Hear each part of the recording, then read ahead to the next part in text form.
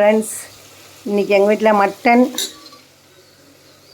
முருங்கைக்காய், உருளைக்கிழங்கு தேங்காய் அரைச்சி விட்டு மிட்டா கிரேவி. அது எப்படி செய்யுதுன்னா, குக்கர் வச்சு ஆயில் ஆட் பண்ணி வெங்காயம் போட்டு, வெங்காயம் வதக்கிறதுக்கு உப்பு போட்டு,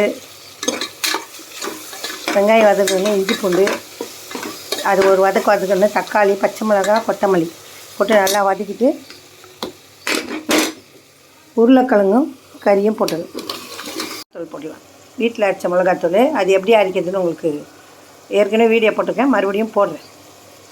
சரிங்களா? 1 கரண்டி போடுவோம். போட்டு நல்லா கிளறி விட்டாச்சு. இப்போ ஒரு தண்ணி ஊற்றி குக்கர் மூடி போட்டு ஒரு விசில் போட்டு 3 விசில் வச்சிடலாம்.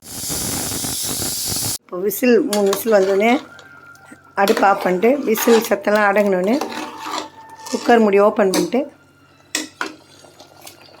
முருங்கைக்காய் ஒரு 8 பலா கொட்டை இருந்தது, முருங்கைக்காய் போட்டோம்.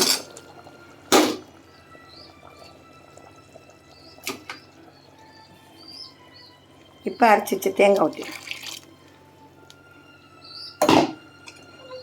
ஒரு 10 நிமிஷம் அந்த முருங்கைக்காய் வேகும். கொஞ்சம் ஹையாக இல்லாத சிம்மில் இல்லாத கொஞ்சம் மீடியமாக இருக்கட்டும். நல்லா மட்டன், முருங்கைக்காய், உருளைக்கிழங்கு குழம்பு ரெடி.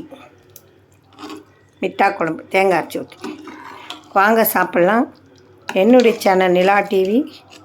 சப்ஸ்கிரைப் பண்ணுங்கள், லைக் பண்ணுங்கள், கமெண்ட்ஸ் பண்ணுங்கள். என்னுடைய சேனலுக்கு தொடர்ந்து ஆதரவு கொடுங்க. உங்கள் நிலா.